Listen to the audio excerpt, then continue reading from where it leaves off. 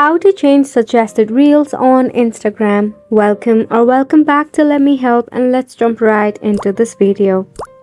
To start off, you need to open up your Instagram application.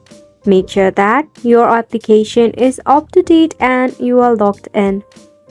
So the suggested reels are the reels that is based on the algorithm set by your Instagram account. It is especially modified for you. And yes, it depends upon the videos you like, comment, share frequently.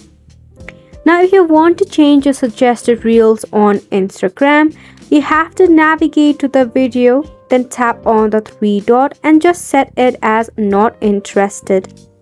You can select why you want this post hidden.